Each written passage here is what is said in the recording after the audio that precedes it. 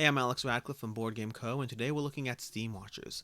Steamwatchers is a new Kickstarter game by Mythic Games, just launched yesterday, I believe on the 3rd, and I am currently not backing it, and here's why. This is going to be my video of why I'm not backing Steamwatchers as of now. Now, to begin with, when I say I'm not backing it, it doesn't mean I for sure will not back it. It means as of now, as of recording this video on the first or second day of the Kickstarter, I am currently not planning on backing it. That might change. My opinions have changed as well in the past. If it does, I'll let you know in an update video as to why my opinion changed and why I chose to back it. But for right now, I'm not backing it. Now, I did hesitate before making this video because while I have in the past been happy to give negative reviews to board games that I didn't like, first of all, those reviews are not that negative. They're more just, it was a great game, but it wasn't good enough to keep in my collection. And secondly, generally I only play games that are well rated to begin with. So when I give a negative review to something, I'm not that worried. The game was already a success because I wouldn't play it unless it was already well rated. But this is the first video I'm doing on why I'm not backing a Kickstarter, and there's a little bit of a hesitancy of I don't want it to have a negative effect on the project creators, and ultimately it's just my opinion. This isn't a reflection on the game, this is just the reasons why I chose not to back it. That being said, I figured if I'm going to tell you why I am backing things, I'll also tell you why I'm not backing things. So in this case, Steamwatchers. Mythic Games is a great publisher, or from what I've seen. I have backed almost all of their content to date, and I probably will back most of their content going forward. In this case, I'm just going to do a quick overview of this page over here, and then I'll go into my reasons.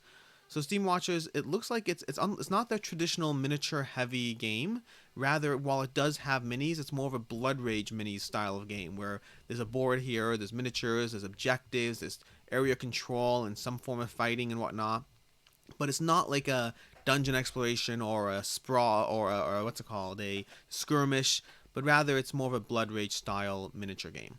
Now, in the end, the reason I'm not backing it is a few reasons. First of all is I've covered this in previous videos, but I tend to be very practical about my Kickstarter buying decisions, and I have to believe that there's enough value to not just back it when it hits retail.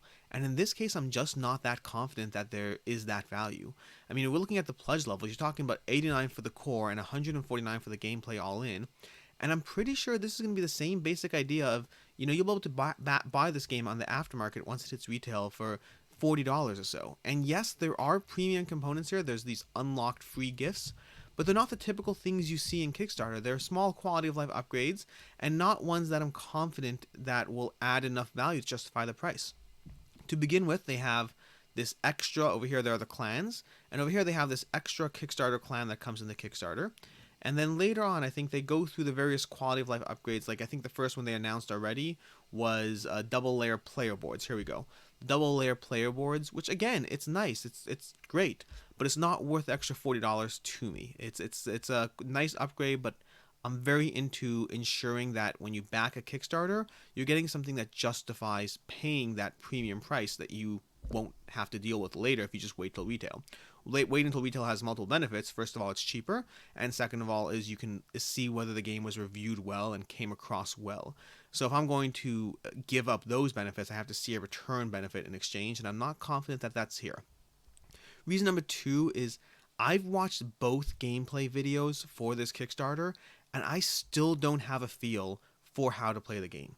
Now granted, I'm not watching them with my eyes plugged to the screen the entire time. That would be 3.5 hours of video watching or just watching people play, but I did watch it with a pretty decent level of attention, and I could not garner at all how this game actually plays.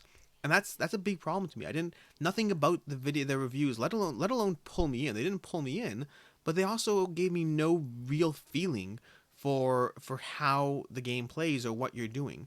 There was some setup, then there was some card play, but past that I don't really know what actually happened in the game.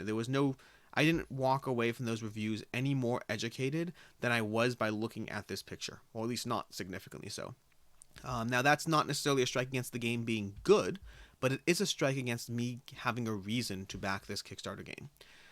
Reason number 3, along the lines of the video reviews, they had a 4-player game and a 2-player game.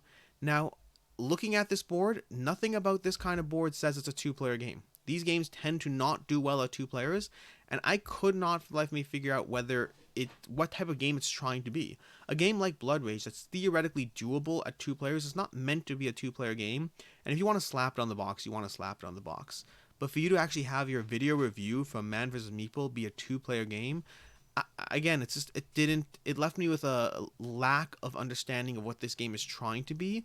Meaning either the game really thrives at 2 players, in which case I'm still further baffled by what kind of area control skirmish game this is. Alternatively, it's not good at 2 players, in which case don't have a 2 player game be your video review. It's just, again, those video reviews did the opposite of sell me. By not giving me a reason to back, they almost gave me a reason not to back. It's nothing pulled me in.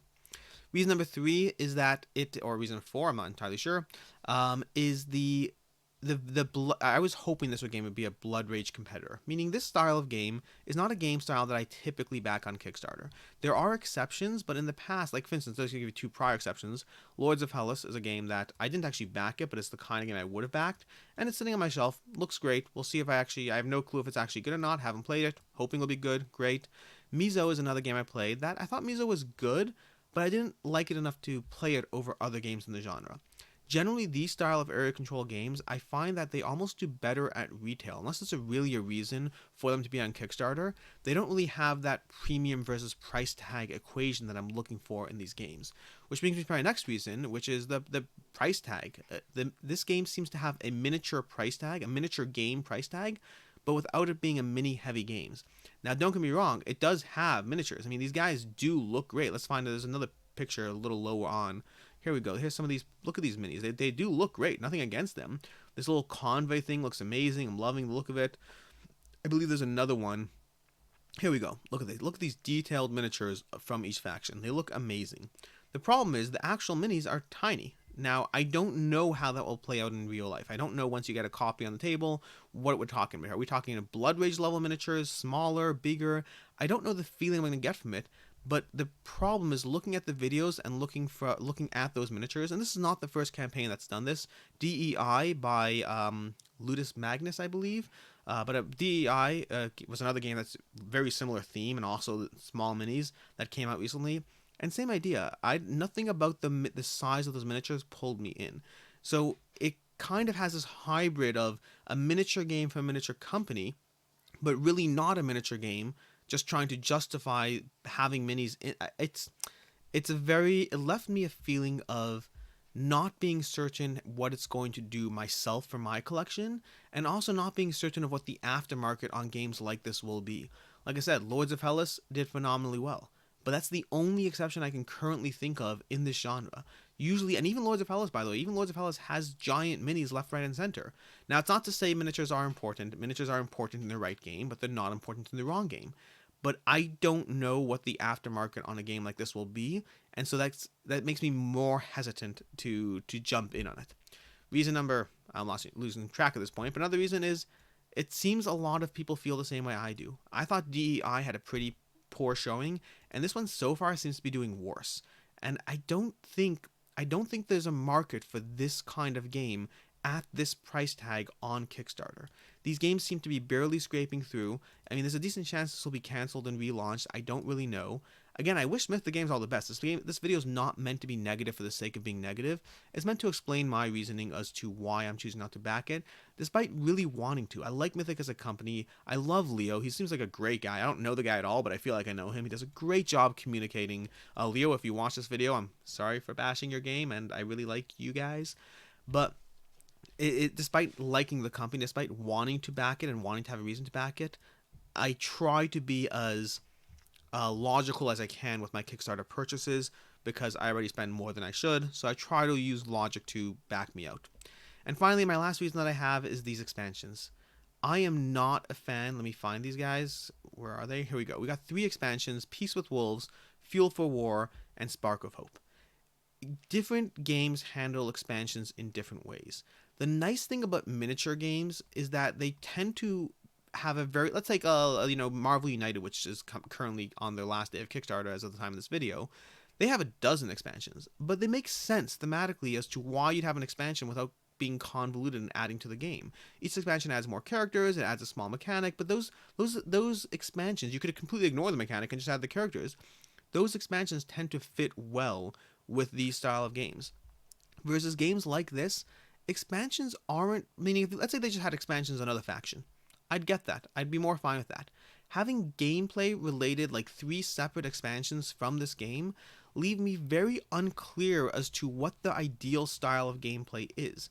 Meaning, when you have an expansion after a game comes out, when you have, I don't know, I can't think of anything offhand, but when you have a game, the Seven Wonders, when you have Seven Wonders and the people add expansions after the game comes out, it feels like it makes sense because the expansions are just there to capitalize on the fact that the game did well, and the expansion is literally just there to make money. They sat there and said, I mean, everything's there to make money, but the expansions are there because there's a good product, and they want to see if they can get people to buy into the expansion, so they create something after the fact. Having expansions baked in before the fact that are more like this and not just extra miniatures, extra miniatures, extra miniatures. Well, let's say Storm Thunder. Storm Thunder is another game that I've been talking about a lot recently. Storm Thunder has multiple expansions, but they're all in the same vein. It's just more content. It's not new gameplay. It's more content. There might be a little bit of new gameplay. I'm not actually certain about that, but from what I gather, it's primarily new content. When a game starts off with expansions, I no longer know what the ideal way to experience the game is. I have no idea if the designers or creators know. It kind of feels like you sat there. Imagine if they made Seven Wonders and they made Seven Wonders with leaders, with cities, with Babel, with Armada, and they made them all at once and they kind of released them. It would be very unclear as to what the ideal gaming experience is. So expansions from day one on a game like this do turn me off. And again, I'm trying to explain the nuance of why other expansions and Marvel United don't turn me off at all. Marvel United, I'm totally fine with the more characters. And by the way, some of the mechanics they add in the Marvel United expansions actually do turn me off a little bit. I have no interest in trying them, or maybe I'll try them once I have it. But yeah, the expansions definitely make me unclear on what the ideal way to experience this game is, and it's another turn off. So basically, that's where I am right now. I'm looking for reasons to back this game. I am. If things turn around, if things change, if, maybe another video comes out that really pulls me into and explains how to play. But I got no real feeling from either the Kickstarter page or from the gameplay videos as to how you actually play this game. I did not read the rulebook, full disclaimer. I pulled it up briefly, started reading it, but just didn't have time to go through it. But even this whole thing, it didn't give me a feeling at all. Sure, I understand the basics they're going through. Did not get a feeling of how to play the game from any of the content here. And nothing, it's not to say the game will be bad, it's just to say nothing is pulling me in. There's a few reasons not to back here, but a big part of it is just that it's not pulling me in. Again, I wish Mythic Games all the best. I'll definitely try it when it comes out, but as of right now, I don't plan on backing this Kickstarter. Anyways, sorry for the slightly sad video. I don't know, maybe it's just me, but I feel when I'm critical of a game that I've played that's well liked, I don't really feel down about it. I just feel like I'm giving another perspective to a game that generally is well liked.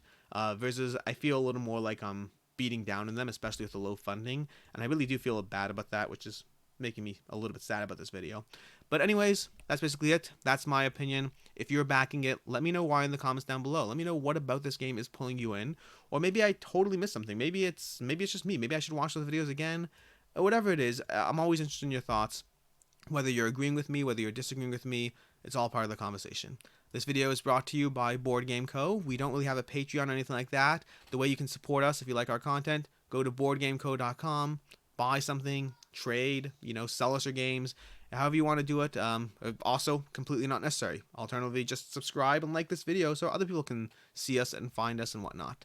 We're just happy to be a part of the community, and whatever participation you guys want in that is great. That's basically it. And until next time, have a good one.